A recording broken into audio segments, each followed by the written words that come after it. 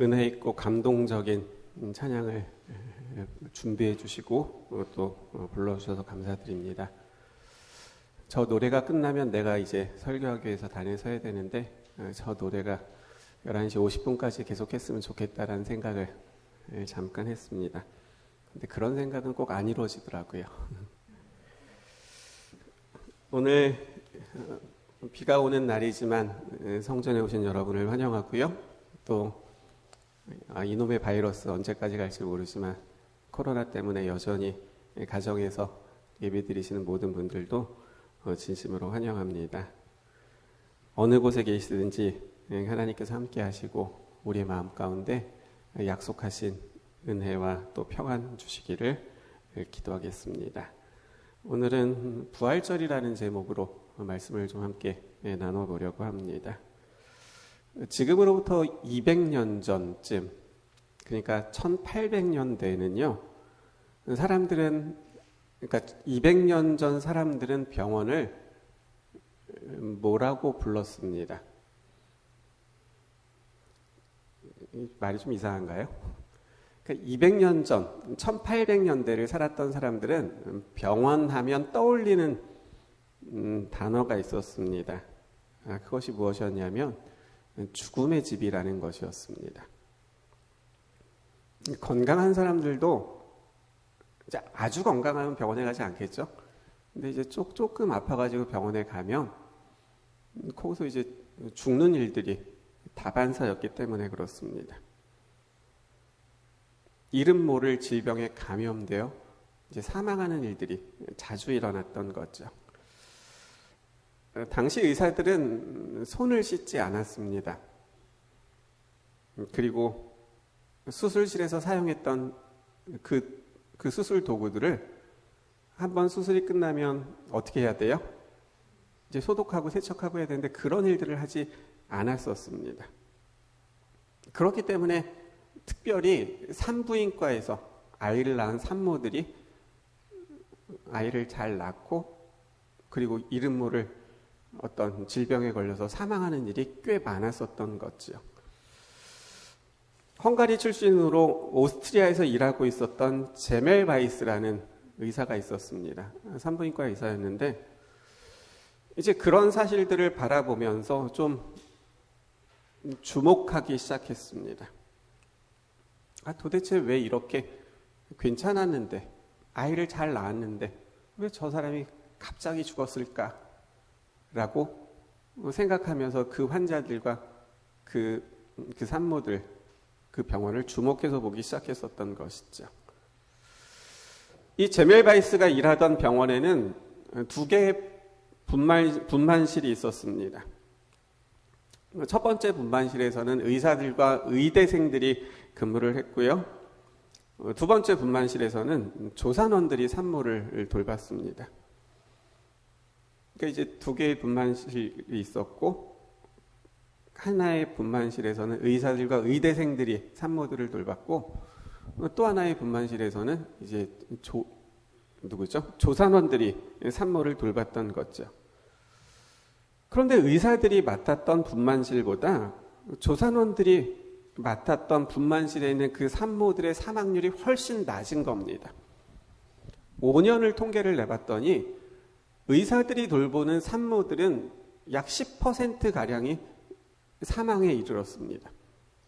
그런데 조산원들이 돌보는 그 산모들은 그것보다 한 3배가 적은 3% 정도만이 사망한다는 사실을 확인할 수 있었던 것이죠.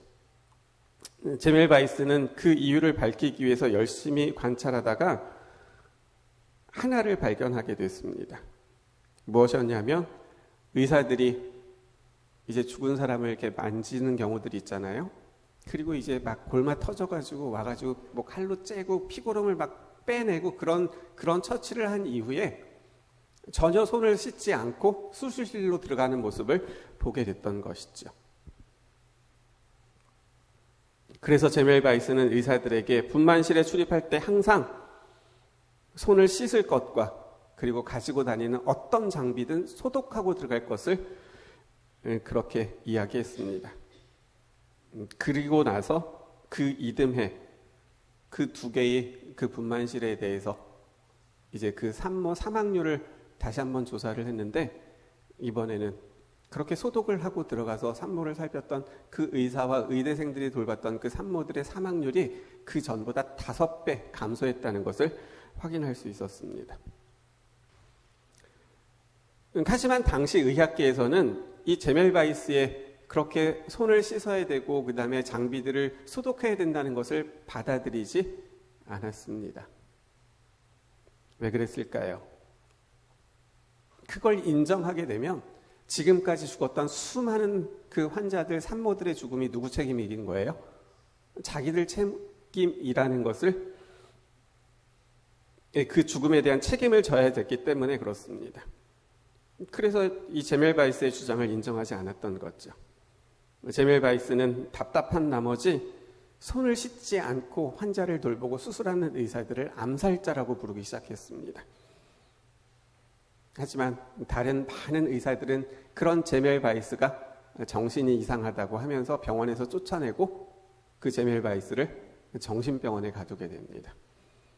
그리고 이 제멜바이스는 결국 1865년 정신병원에서 쓸쓸하게 세상을 떠나게 되었던 것이지요. 지금은 프로그램이 사라졌지만 예전에 KBS에서 방영했던 개그 콘서트라는 프로그램이 있었습니다. 그 개그 프로그램에는 하나의 코너가 있었는데 불편한 진실이라는 코너였습니다. 여러분 아마 기억하실 겁니다. 그 불편한 진실은 이렇게 시작이 됐습니다. 우리는 살면서 많은 진실들과 마주하게 됩니다. 그러나 여러분이 알고 있었던 그 진실이 아닌 거짓으로 밝혀진다면 여러분은 어떻게 하시겠습니까? 지금까지는 그것이 맞다고 생각했는데 그것이 뭐로 판명된다는 거예요? 거짓으로 판명이 난다면 그러면 우리는 어떻게 해야 될까라는 질문이었던 것이죠. 진실이 아닌 거짓으로 밝혀졌는데 그럼에도 불구하고 계속 그것이 진실이라고 믿어야 할까요? 아니면 그렇지 않을까요? 라고 되묻는 것이었죠. 200년 전에는 손을 자주 씻지 않아도 된다는 것이 상식이었습니다. 골마 터진 환자를 그 환부를 만지고 고름을 짜내고 하던 그 손을 씻지 않고 수술실로 들어가도 괜찮다는 것이 상식이었던 거죠. 그래서 의사들이 손을 씻지 않고 수술실로 들어갔었던 겁니다. 그런데 요즘은 어떻게 하죠? 텔레비전에서 의학 드라마나 영화 같은 데서 이제 의사들이 수술하는 장면이 이렇게 보여지면 수술실에 들어가는 의사들이 제일 먼저 하는 게 뭐예요? 가가지고 손을 빡빡빡빡 씻습니다. 그렇죠? 손을 제일 먼저 씻습니다. 그 모습들을 너무 쉽게 보게 됐죠. 손을 씻지 않아도 수술실에 들어가도 괜찮다라고 말하면서 제멜바이스의 주장을 인정하지 않았던 의사들이 지금은 손을 씻고 수술실로 들어갑니다. 왜 그렇습니까? 손을 씻는 것이 감염을 예방한다는 것을 알게 되었기 때문인 것이죠. 얼마 전에 약국을 경영하시는 이윤 집사님에게 이런 질문을 한 적이 있었습니다. 집사님 요새 약국에 손님 많이 오세요라고 물었습니다. 그때 집사님이 이렇게 대답을 했습니다. 아니요.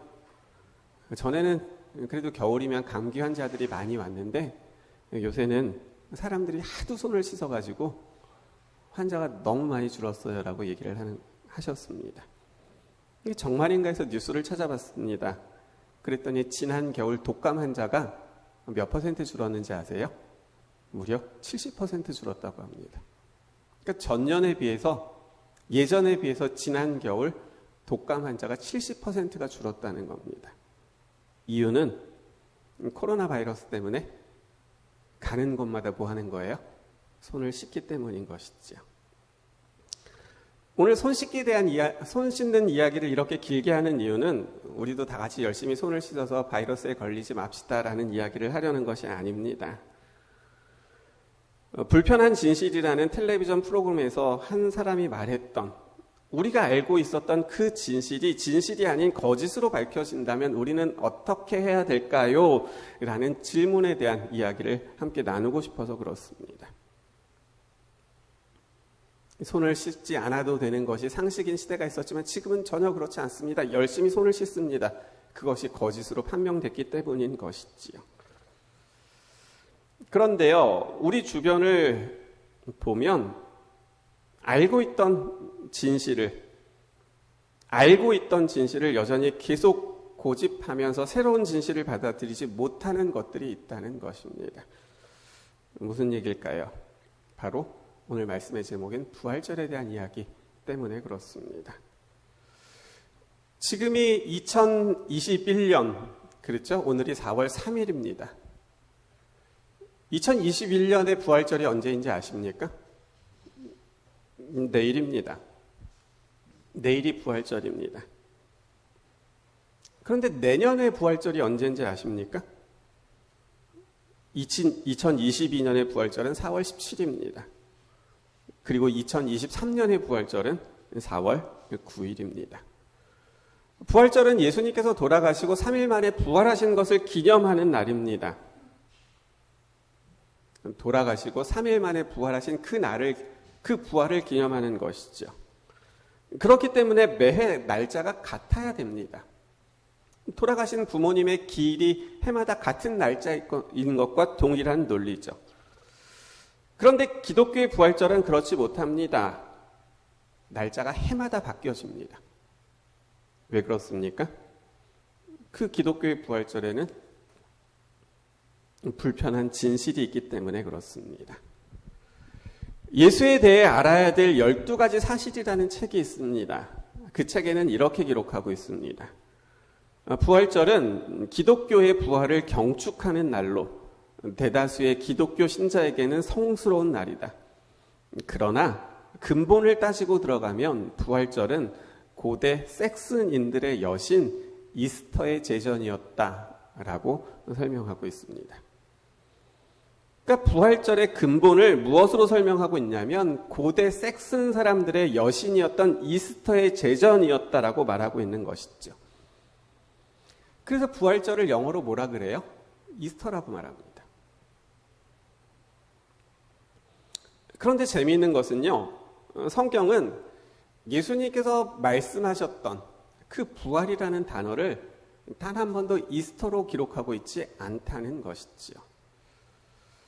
사복음서에 보면 예수님께서 태어나시면서부터 돌아가시면서까지의 그 모든 이야기들을 기록하고 있는 사복음서에 보면 부활이라는 단어가 15번 나옵니다. 그런데 그 15번 가운데 예수님께서 직접 말씀하셨던 그 부활이라는 말은 6번 나옵니다. 마태복음에 2번 나오고 누가복음에 2번 나오고 요한복음에 2번 나옵니다. 그 6번의 경우가 예수님께서 부활이라는 단어를 직접 사용하셨던 경우죠. 여러분 잘 알고 있는 말씀들입니다. 요한복음 5장 29절에 보시면 선한 일을 행한 자는 생명의 부활로, 악한 일을 행한 자는 심판의 부활로 나올 것이다. 누가 말씀하신 거예요? 예수님께서 말씀하셨습니다. 요한복음 11장 더 잘하는 말씀 나오잖아요. 예수께서 이르시되 나는 부활이요 생명이니 나를 믿는 자는 죽어도 살 것이다 라고 예수님께서 말씀하셨습니다. 예수님께서 사용하셨던 대표적인 부활이라는 단어들이 이렇게 사용됩니다. 그런데 그 단어들의 원어를 살펴봐도 예수님께서는 이스터라는 단어를 사용하지 않으셨다는 겁니다. 예수님께서 사용하셨던 단어는 헬라어로 아나스타시스였습니다. 그리고 그 단어를 모든 영어 성경들은 2 단어로 번역하고 있는데 대부분의 단어들을 영어 성경은 resurrection이라는 단어를 사용하고 있고 혹 NIV 같은 공에 있어서는 rise라는 단어를 사용하고 있습니다. 무슨 말인가 하면 예수님께서 말씀하셨던 부활이라는 말을 성경에서는 한 번도 이스터라는 단어를 사용하고 있지 않다는 거죠. 그런데 예수님께서 부활하신 날을 기념하는 부활절은 이스터라고 부릅니다. 왜 그럴까요? 예수에 대해 알아야 될 12가지 사실이라는 책에는 또 이렇게 설명하고 있습니다. 근본을 따지고 들어가면 부활절은 고대 섹슨인의 여신 이스터의 제전이었다. 야단스러운 이교의 여신을 위한 제전이 어쩌다가 엄숙한 기독교의 축일이 되었을까? 이것도 또한 초기 기독교 교회가 이교의 축제를 기독교의 행사로 바꾼 결과라고 할 수 있다라고 설명하고 있습니다. 여러분, 예수님께서 언제 돌아가셨죠? 그저 우리는 AD 31년 봄날의 어느 금요일이라고만 알고 있습니다. 그렇죠? 그런데 이걸 좀 찾아보면 예수 그리스도의 죽음에 대한 의학적인 논문이라는 그 논문이 있는데요. 그 논문을 찾아보면 예수님께서 마지막으로 돌아가셨던 그 당시의 시간들을 아주 정확하게 기록해 놓은 것을 찾을 수가 있습니다. 그 논문에 의하면 AD 31년 4월 6일이 목요일이었습니다. 4월 6일이 목요일이었습니다. 그날이 무슨 날인가 하면 예수님께서 제자들과 마지막 만찬을 잡수셨던 날입니다. 4월 6일 목요일. 그럼 4월 7일은 무슨 날이에요? 금요일이죠. 그럼 그 금요일이 무슨 날이 되는 거예요? 예수님께서 십자가에 달려 돌아가신 날이 되는 겁니다. 그러니까 예수님께서 십자가에 달려 돌아가셨던 그 날이 우리가 지금 사용하고 있는 그 양력의 시간으로 계산해 보면 AD 31년 4월 7일이었던 것이죠. 그러면 4월 8일이 안식일이었고 4월 9일이 무슨 날이 되는 거예요? 일요일이 됩니다. 그럼 예수님께서 부활하신 날은 며칠이에요? 4월 9일입니다. 예수님은 AD 31년 4월 7일에 돌아가셨고 4월 9일에 부활하셨습니다. 그런데 올해는 내일이 부활절입니다. 내일은 4월 4일입니다. 그리고 내년은 4월 17일입니다. 부활하신 날은 4월 9일인데 올해는 4월 4일이 부활절이고 내년은 4월 17일이 부활절이라는 것이죠. 왜 이런 차이가 날까요? 두산 백과사전은 그 차이를 이렇게 설명하고 있습니다. 오늘날 지키고 있는 부활절은 제1회 니케아 공의회에서 결정된 것으로 춘분이 지나고 오는 최초의 만월, 다음에 오는 첫째 일요일이다. 그러므로 보통 3월 22일부터 4월 26일까지 지켜진다라고 설명하고 있습니다. 백과사전은 부활절 날짜가 어떻게 정해지는지를 설명하고 있는 겁니다. 24절기 가운데 밤과 낮의 길이가 똑같은 춘분이 지나고 보통 춘분은 3월 20일, 3월 21일쯤 됩니다. 그러니까 춘분이 지나고 나서 오는 첫 번째 만월, 음력으로 보름이 지나고 나서 오는 첫 번째 일요일이 늘 뭐라는 거예요? 부활절로 정해지고 그것은 AD 325년에 있었던 니케아 공의회에서 정했기 때문이다라고 설명하고 있는 것이죠. 부활절을 회의에서 정할 수는 있습니다. 왜냐하면 성경에 보면 예수님께서 내가 언제 부활했으니까 그 부활절을 너희가 기념하여 지키라고 말씀하지 않으셨기 때문에 그 예수님의 부활을 정말 중요하게 여기는 사람들이 그 부활절을 우리가 그럼 기념하자라고 그렇게 말하면서 회의할 수는 있다는 말이죠. 그런데 주목하고 싶은 것은 그렇게 회의를 통해서 결정된 그 날이 예수님의 부활과 전혀 상관없는 날이 예수님의 부활절로 정해졌다라는 것입니다. 여기서 한 가지 살펴보고 갈 것이 있습니다. 그것은 무엇인가 하면 태양신을 숭배하던 사람들에게는 아주 중요한 두 개의 축제일이 있었다는 겁니다. 그러니까 교회가 아니고요. 태양신을 숭배하는 사람들에게 있어서 가장 큰 축제일이 두 가지 있었다는 겁니다. 첫째는 무엇인가 하면 태양의 탄신일입니다. 그리고 두 번째는 무엇이냐 하면 달의 부활절입니다. 특별히 달신의 부활절은 음력으로 정해지기 때문에 태양력에서는 매년 그 날짜가 바뀝니다. 사계절 중 태양이 가장 약한 계절이 겨울입니다. 겨울이 지나면 태양이 부활하는 봄이 오죠. 그리고 밤과 낮의 길이가 같은 춘분이 오게 됩니다. 그리고 그 춘분이 지나면 뭐가 길어지기 시작하냐면 일조 시간이 길어지기 시작합니다. 해가 길어지기 시작하는 거죠. 그래서 태양신을 숭배하는 사람들은 춘분이 지나서 그 3월 20일이 지나고 나서 달이 가장 강력한 보름, 왜 우리 보름달 하잖아요. 그 음력 그 보름입니다. 춘분이 지나고 음력으로 달이 가장 강한 그 보름이 지나고 오는 첫 번째 일요일을 뭐로 정했었냐면 그 달신의 부활절로 정했습니다. 그래서 그날을 달신의 부활절로 경축했었던 것이죠. 달신의 부활절에는 타락한 예배를 드렸습니다. 기록에 의하면 공식적으로 간음이 허용되던 음란한 날이었습니다.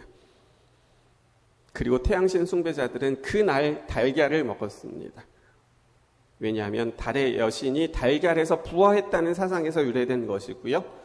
닭이 그 달걀을 많이 낳는 것처럼 아이를 많이 낳게 해달라는 그런 뜻에서 행해졌던 것이지요. 이것이 태양신 숭배하는 사람들이 가장 소중히 여겼던 두 번째 큰 경축일이었던 겁니다. 태양신을 숭배했던 사람들이 자신들의 달의 그 부활절을 어떻게 정했어요? 춘분이 지나고 만월이 지나고 오는 첫 번째 일요일. 그런데 그것이 지금 기독교의 부활절의 날짜를 정하는 그것과 똑같다라는 것이죠. 태양신을 숭배하는 사람들이 소중히 여겼던 달의 부활절이 예수님께서 부활하신 날로 이렇게 바뀌어졌다는 겁니다. 이것에 대해서 교회 역사학자였던 소크라테스는 이렇게 말합니다. 부활절 축제가 준수되었다는 기록이 신약성경이나 사도 교부들의 기록 어디에도 없다. 주님이나 그의 제자들이 부활절이나 다른 축제를 명하신 적도 없다. 부활절도 많은 다른 관습이 그렇게 수립된 것처럼 교회가 이 교회의 옛 용도를 바꾸어 영구하게 한 것으로 여겨진다라고 설명하고 있습니다. 예수님께서 혹은 제자들이 부활절이나 다른 축제를 명하신 적이 없다는 겁니다. 예수님은 내가 부활한 날을 너희가 기억하고 그날을 좀 꼭 소중히 여겼으면 좋겠다 이런 말씀을 하지 않으셨다는 거죠. 그런데 지금 무슨 일들이 일어나고 있어요? 예수님이 명하신 적이 없는 부활절을 지키고 있습니다.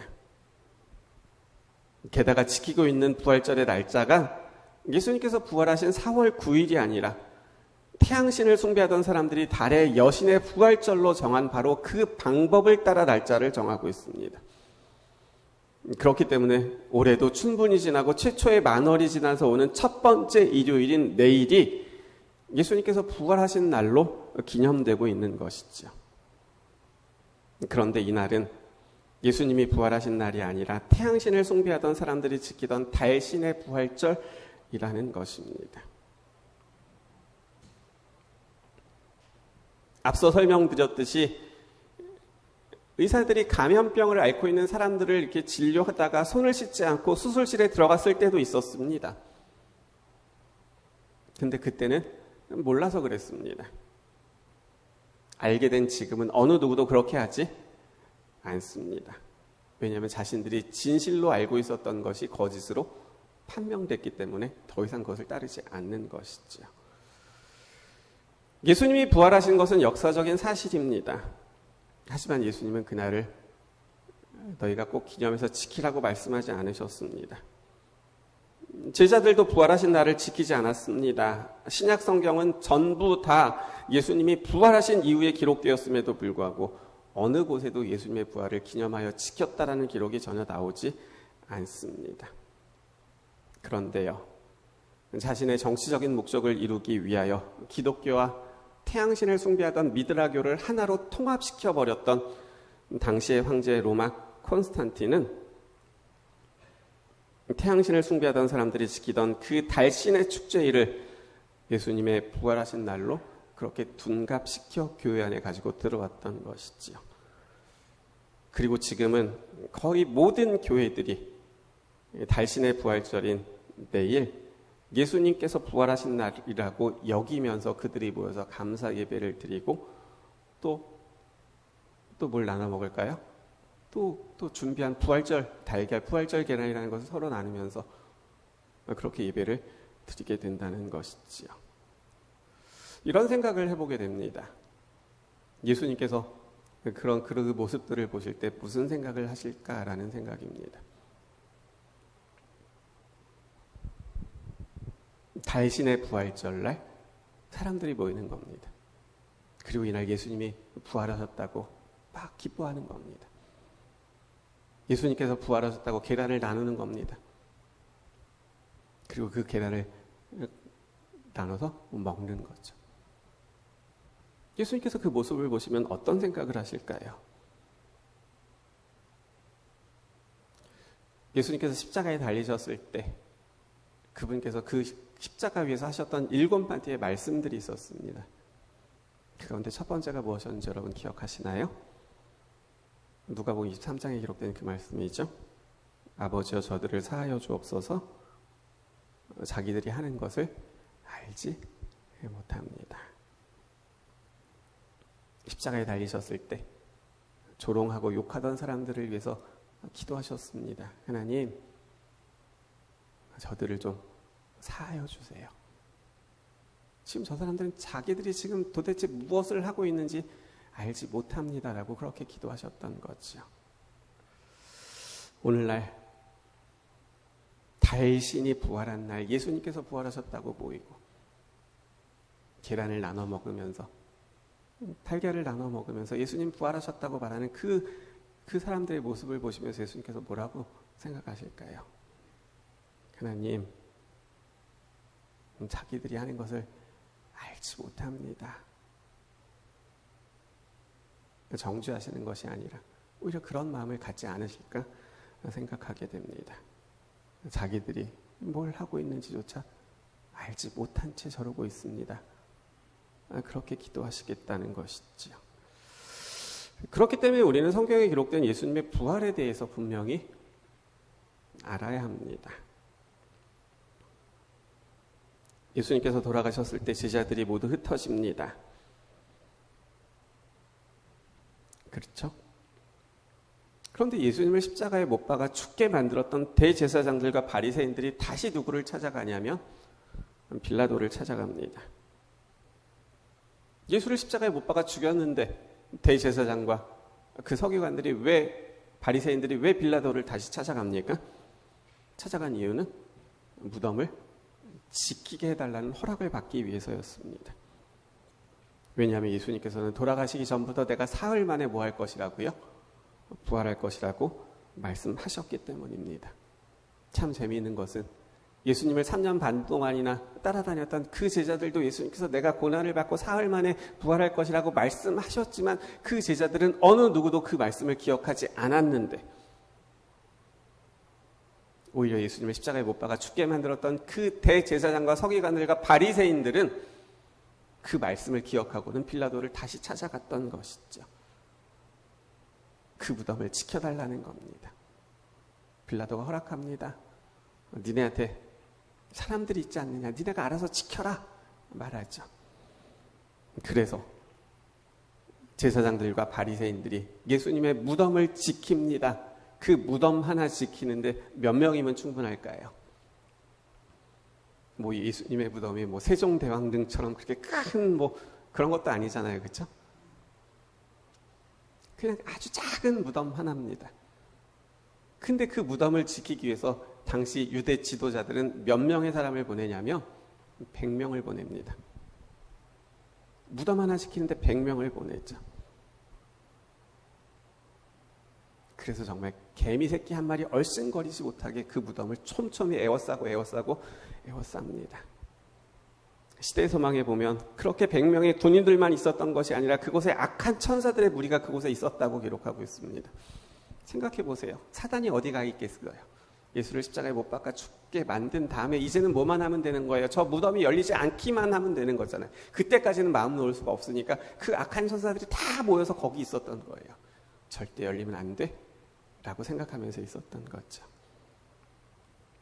그런데 예수님께서 돌아가신 지 3일째 되던 날, 우리가 오늘 날짜를 확인했었던 4월 7일 돌아가시고 4월 9일 그 일요일 새벽 무슨 일이 일어났죠? 이제 성경을 보실게요. 마태복음 28장 보세요.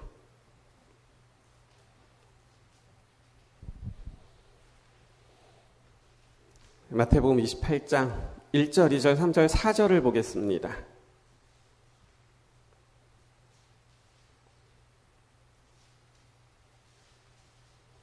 이 말씀은 찾으셔서 우리 같이 읽겠습니다.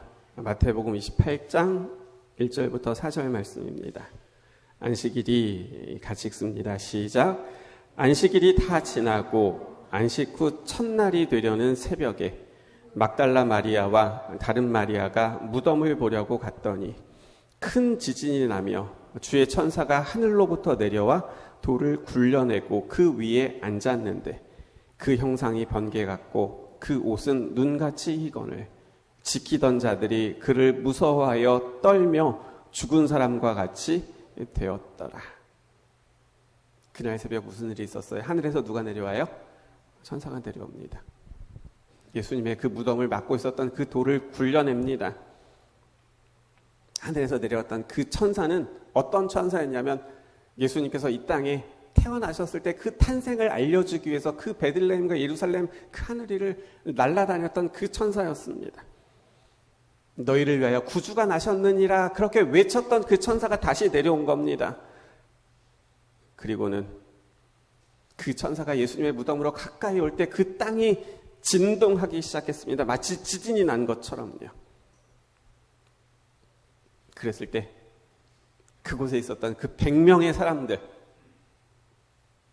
그 무덤을 지키고 있었던 그 100명의 사람들 앞에 누가 나타났냐면 하늘에서 내려온 천사가 나타났고 그 천사가 무덤 가까이 올 때 땅이 흔들리면서 마치 지진이 난 것처럼 된 겁니다.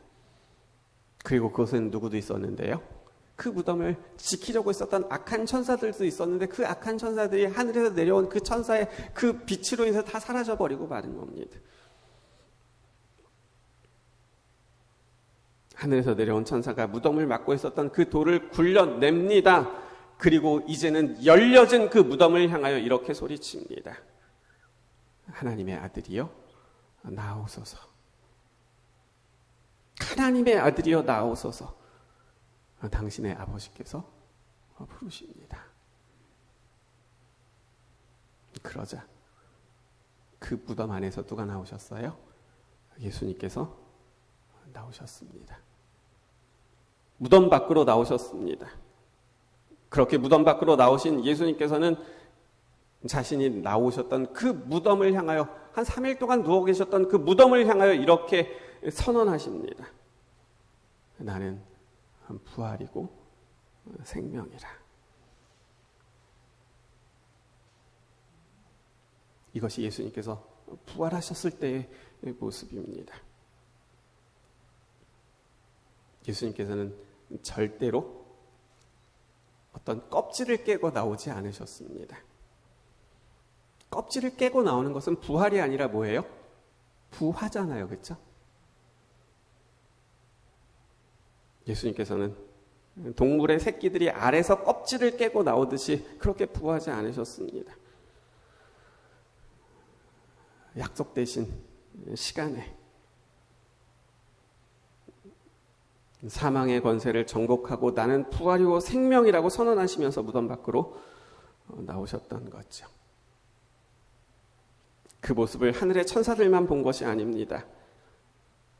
유대인들의 명령을 받아서 그 무덤을 지키고 있었던 100명의 군인들이 놀라움으로 그 모습을 지켜보게 됩니다. 두려워하면서 이게 도대체 무슨 일인가 떨면서 고개를 들 수 없었던 그들이지만 그들은 예수님께서 부활하시는 모습을 자신들의 눈으로 확인한 증인들이었던 것이죠. 그렇기 때문에 예수님의 부활은 달걀을 서로 주고 받고 나누면서 축하하는 것이 아닙니다. 그렇게 해서는 안 되는 것이죠. 그러면 이렇게 부활하신 예수님의 부활의 의미를 성경은 어떻게 설명하고 있을까요? 이제 고린도전서 15장을 보시겠습니다. 고린도전서 15장입니다. 12절부터 22절의 말씀입니다. 좀 길지만 이 말씀 우리 또 한 목소리로 같이 읽겠습니다. 고린도전서 15장 12절부터 22절 말씀입니다.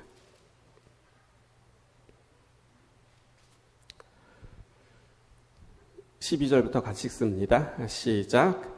그리스도께서 죽은 자 가운데서 다시 살아나셨다 전파되었거늘 너희 중에서 어떤 사람들은 어찌하여 죽은 자 가운데서 부활이 없다 하느냐. 만일 죽은 자의 부활이 없으면 그리스도도 다시 살아나지 못하셨으리라.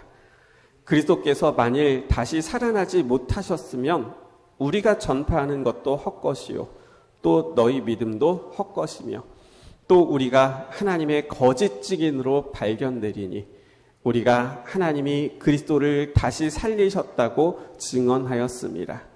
만일 죽은 자가 다시 살아나는 일이 없으면 하나님이 그리스도를 다시 살리지 아니하셨으리라.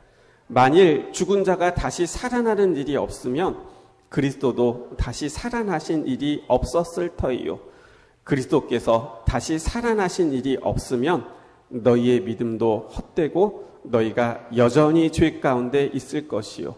또한 그리스도 안에서 잠자는 자도 망하였으리니 만일 그리스도 안에서 우리가 바라는 것이 다만 이 세상의 삶뿐이면 모든 사람 가운데 우리가 더욱 불쌍한 자이리라. 그러나 이제 그리스도께서 죽은 자 가운데서 다시 살아나사 잠자는 자들의 첫 열매가 되셨도다. 사망이 한 사람으로 말미암았으니 죽은 자의 부활도 한 사람으로 말미암는도다. 아담 안에서 모든 사람이 죽은 것 같이 그리스도 안에서 모든 사람이 삶을 얻으리라. 바울이 말합니다. 예수님께서 다시 살아나셨는데 너희 중에 어떤 사람들은 왜 죽은 자 가운데서 부활이 없다 하느냐라고 말합니다. 예수님께서 다시 살아나지 못하셨으면 우리의 믿음은 헛것이다라고 말하고 있습니다. 죽은 자가 다시 사는 일이 없다면 하나님이 예수님을 다시 살리지 아니하셨을 것이라고 말합니다. 다시 살아나는 부활이 없다면, 그래서 우리가 바라는 것이 이 세상에서의 삶뿐이라면, 그러면 그것을 믿고 살아가고 있는 우리는 이 세상에서 가장 불쌍한 사람들일 것이라고 말합니다. 하지만 바울은 말합니다. 예수님께서 죽은 자 가운데서 다시 살아나셔서 잠자는 자들의 첫 열매가 되셨다고 말하고 있습니다. 그래서 말합니다. 사망이 한 사람으로 말미암아 시작되었던 것처럼, 그래서 아담의 범죄로 인하여 사망이 이 땅에 오게 되고, 그래서 그 죽음의 권세 아래 우리가 놓이게 되었지만, 그렇게 한 사람으로 말미암아 사망이 우리에게 이르러 온 것처럼 부활도 예수님 한 사람으로 인하여 새롭게 우리에게 시작될 것이라고 말하고 있는 것이죠. 그러면서 말합니다. 예수님이 부활하셨기 때문에, 그리고 지금 바울이 그 말을 말하고 있는 그때 그 예수님의 부활을 목격했던 수많은 사람들이 살아서 증거하고 있는 것이 확실한 것처럼, 예수님께서 부활하셨기 때문에 너희가 혹 이 땅에서 죽는다 할지라도 너희는 반드시 다시 부활을 경험하게 될 것이라고 말하고 있는 것이죠. 그러면서 바울은 말합니다. 예수님께서 그렇게 사망의 권세를 이기시고 그 무덤을 여시고 나오셔서 나는 부활이고 생명이라고 선언하셨던 것은 예수님께서 자신이 누구인가를 과시하기 위해서 그러신 것이 아니라, 예수님께서 그렇게 하셨던 것은 여러분 한 사람을 부활시키기 위해서 그렇게 하신 겁니다. 예수님은 당신에게 정말 영원한 생명을 당신에게 주시기 위하여 예수님께서는 그 사망의 권세를 이기시고 예수님은 부활하신 겁니다 라고 말하고 있는 것이지요. 시대의 소망은 이렇게 기록하고 있습니다. 갈라진 요셉의 무덤을 향하여 예수님께서는 나는 부활이요 생명이라고 의기양양하게 선포하셨다. 이 말씀은 하나님만이 하실 수 있는 말씀이다. 모든 피조물은 하나님의 뜻과 능력으로 산다. 그들이 하나님의 생명을 받느냐에 따라 저들의 생사가 좌우된다. 가장 높은 천사들로부터 가장 낮은 생물에 이르기까지 모두 다 생명의 근원 되시는 분에게서 생명을 공급받는다. 예수님께서는 당신의 신성 속에 죽음의 속박을 깨칠 수 있는 능력을 가지고 계셨다. 예수님께서는 잠자는 자들의 처음 익은 열매로서 죽음에서 일어나셨다. 그분의 부활은 모든 죽은 의인의 부활의 모형이요 보증이 되었다라고 말씀하고 있는 것이죠. 여러분, 그래서 지금도 예루살렘에 가시면 뭐가 있냐면 예수님께서 돌아가시고 장사 지내셨던 그 무덤이 있습니다. 그런데 그 무덤에 뭐라고 써 있는지 아세요? 그 무덤에는 문이 하나 있어요. 아시는 것처럼 이스라엘의 무덤들은 어떻게 됐어요? 굴을 파잖아요. 그렇죠? 그리고 그 앞에 이제 커다란 돌을 가지고 그 입구를 막아놨었습니다. 근데 천사가 내려서 그 무덤의 돌을 어떻게 했어요? 굴려버렸잖아요. 그렇기 때문에 그 무덤이 이렇게 비어있는 거예요. 비어있는 걸 볼 수 있어요. 근데 거기다가 뭘 달아놨냐면 지금은 나무문을 하나 달아놨어요. 그 나무문을 이렇게 닫고 열 수 있게끔 나무문을 달아놨고요. 그 나무문에다가 뭐라고 써놨냐면 영어로 He is not here. 그분은 여기 계시지 않습니다. For, 왜냐하면 그분은 부활하셨기 때문입니다. 라고 그렇게 그곳에 쓰여 있습니다. 나는 부활이요 생명이라. 하나님만이 하실 수 있는 말씀을 하셨습니다. 선언하셨습니다. 그리고는 예수님께서 그렇게 하셨던 것은 그 부활을, 그 죽음의 권세를 깨트리고 다시 일어설 수 있는 그 부활이 우리에게 필요한 것임을 아시고 우리에게 그 부활을 선물로 주시기 위해서 그렇게 하셨던 것이죠. 바울은 그것을 말하고 있는 겁니다.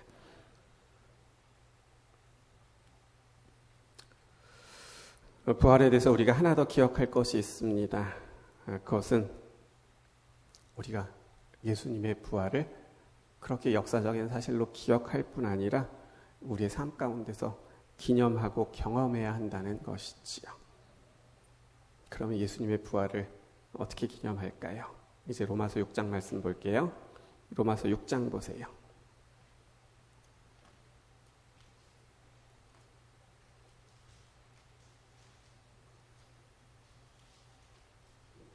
(3절부터) (5절입니다) 로마서 6장 3절로 5절에 있는 말씀입니다. 무릇 그리스도 예수와 합하여 침례를 받은 우리는 그의 죽으심과 합하여 침례를 받은 줄을 알지 못하느냐. 그러므로 우리가 그의 죽으심과 합하여 침례를 받음으로 그와 함께 장사되었나니 이는 아버지의 영광으로 말미암아 그리스도를 죽은 자 가운데서 살리심과 같이 우리로 또한 새 생명 가운데 행하게 하려 함이라.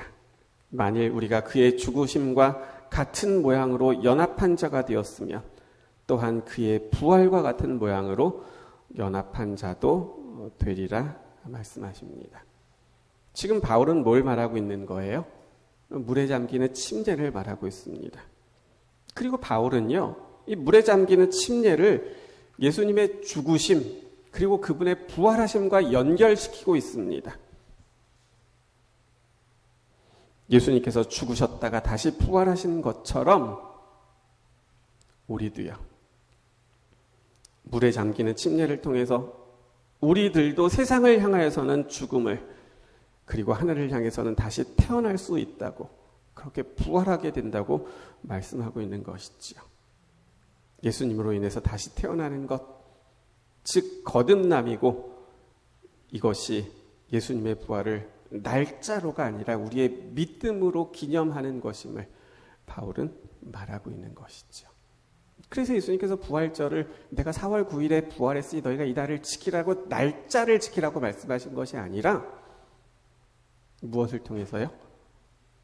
우리가 예수님을 개인의 구주로 영접하고 세상을 향하여 내 자신이 죽고 그 물에서 다시 일어나는, 다시 거듭나는 경험을 함으로 예수님의 부활을 경험하는 것이라고, 기념하는 것이라고 그렇게 말씀하고 있는 것이지요.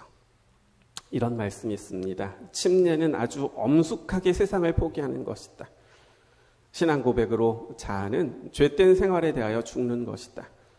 물이 수침자를 덮을 때 온 하늘이 보는 앞에서 쌍방이 언약을 맺는다. 아버지와 아들과 성령의 이름으로 그는 물 무덤으로 내려가 그리스도와 함께 장사되고 하나님께 충성하는 새로운 생명으로 무덤에서 일어난다. 하늘에서 계신 세 분의 크신 능력자들이 보고 계신다. 그들은 눈에 보이지 않지만 임석해 계신다. 이곳에 계신 분들은 다 침례 받으신 분들이잖아요. 여러분께서 그 침례 받으시기 위해서 물속에 들어가셨을 때 이 말씀은 그 물을 무엇으로 설명하고 있는 거예요? 무덤으로 설명하고 있는 겁니다. 그리고 그 물 속에서 다시 올라오는 것을 새로운 생명으로 그 무덤에서 일어난 부활로 설명하고 있는 것이죠. 이것이 우리가 기념하는 예수님의 부활이라는 것입니다. 우리는 예수님의 부활을 그렇게 기념해야 된다는 것이죠. 그러면 부활을 어떻게 경험할까요? 이제 오늘 마지막 말씀입니다. 한 말씀만 더 볼게요. 베드로전서 1장 23절 보세요.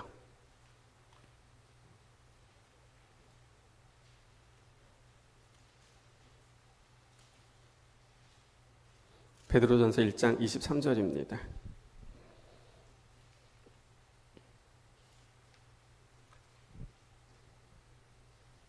1장 23절 말씀 같이 읽겠습니다.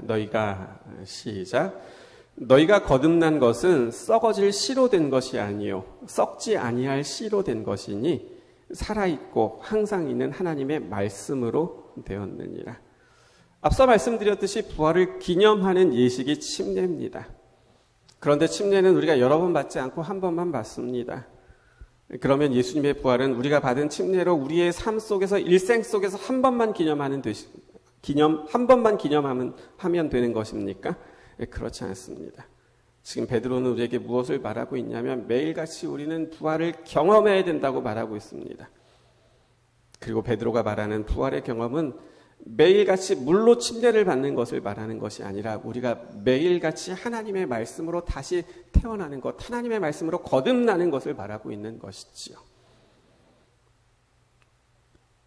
베드로가 말하고 있는 말씀으로 거듭나는 것은 예수님께서 우리에게 주신 말씀을 통하여 우리의 죄인된 모습을 깨닫고 그렇게 죄된 우리의 자아가 살아있는 것이 아니라 죽기를 기도하고 하나님의 말씀만이 우리에게 주실 수 있는 영적인 생명을 받음으로 다시 태어나는 것, 이 일들이 우리의 날마다의 삶 속에서 이루어져야 된다고 말하고 있고 이것이 우리가 날마다 우리의 삶 속에서 경험하는 예수님의 부활이라고 베드로는 말하고 있는 것이지요.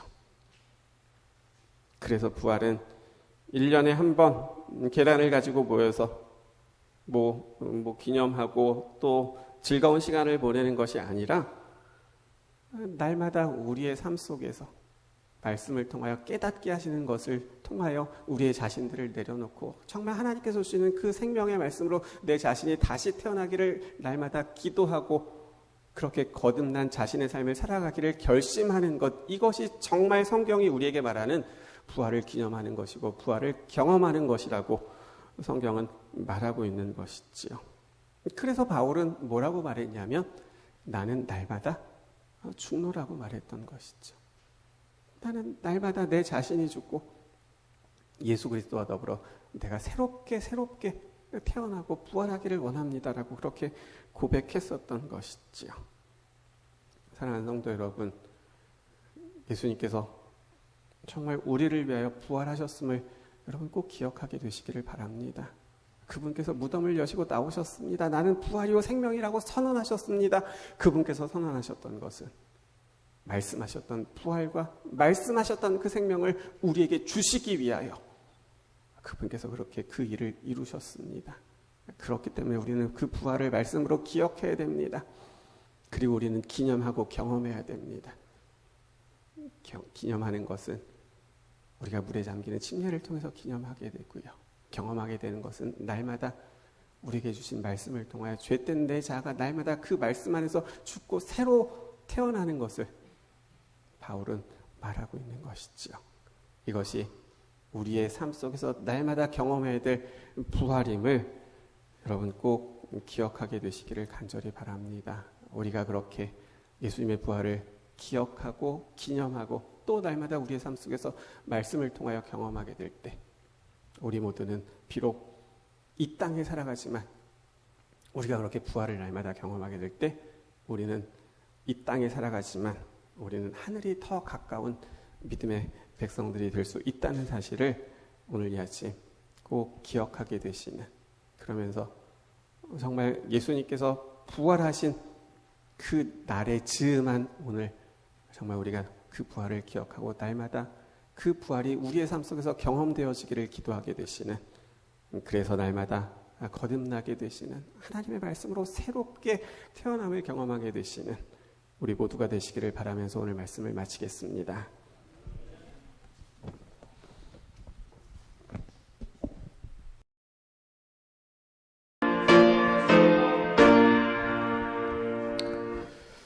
하나님, 예수님께서 십자가에 달리셨을 때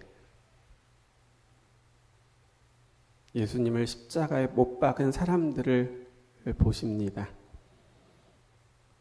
여전히 조롱하고 욕하고 내려와 보라고 그렇게 말하고 있는 그 사람들을 보셨을 때 예수님은 하나님, 저들을 사하여 주옵소서. 자기들이 하는 일을 알지 못합니다. 라고 그렇게 기도하실 수밖에 없으셨습니다. 그 상황 가운데서도 저들을 정죄하시는 것이 아니라 두고 보자라고 말씀하시는 것이 아니라 그 형편 가운데서도 저들을 안타깝게 바라보시면서 저들을 위해서 기도하셨던 거죠. 2000년의 세월이 지났습니다. 하나님을 믿는다고 말하는 하나님의 자녀들이 교회에 모입니다. 계단을 가지고 모입니다. 오늘이 예수님께서 부활하신 날이라고 말합니다. 그런데 예수님께서 그 모습을 보십니다. 예수님께서 4월 7일 날 돌아가셨고 9일 날 부활하셨는데 내일은 4월 4일입니다. 내년은 4월 17일입니다. 그들은 예수님께서 부활하신 날을 이렇게 계산합니다. 춘분이 지나고 만월이 지나고 오는 첫 번째 일요일, 그것은 예수님께서 부활하신 날이 아니라 태양신을 숭배하던 사람들이 자신들의 달의 여신의 부활절이라고 여기면서 모여서 막 놀고 좋은 재미있는 시간을 가졌던 그 날인데도 불구하고 이 날이 예수님께서 부활하신 날이라고 모여서 그들이 그렇게 하는 모습을 예수님께서 보시는 거죠. 하나님, 자기들이 하는 일을 알지 못합니다.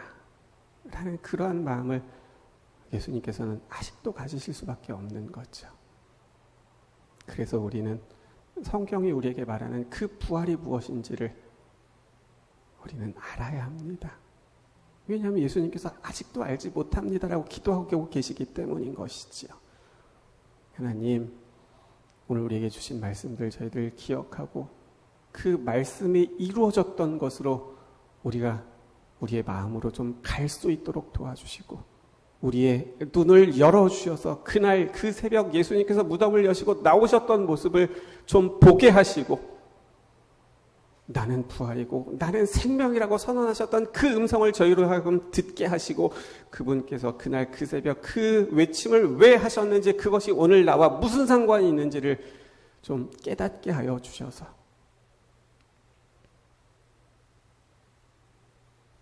우리의 마음 가운데 여전히 이렇게 살아가는 나를 포기하지 못하시고 이런 나를 위하여 무덤에 그 권세를 이기시고 이기신 부활의 선물을 오늘 나에게 주기를 원하시는 그 예수님을 좀 바라보고 그분을 정말 나의 주님으로 모실 수 있는 우리 모두 될 수 있도록 하나님 도와주시옵소서. 말씀을 통하여 우리 자아들이 죽는 경험을 좀 하게 하시고 하나님께서 주시는 말씀의 힘을 통하여 내 자신들이 새로 거듭나는 것이 무엇인지를 좀 깨닫고 경험할 수 있도록 도와주셔서 이제는 예수님의 부활이 그저 2000년 전에 있었던 하나의 사건에서 끝나는 것이 아니라 그것이 오늘 내 믿음의 삶 가운데서 날마다 경험되어질 수 있도록 하나님 도와주시기를. 그래서 이 자리에 머리 숙인 우리 모두가 정말 내 자아를 날마다 못 받고 새롭게 거듭남을 경험할 수 있는 우리 모두 되게 도와주시기를 예수님의 이름으로 간절히 기도드립니다. 아멘.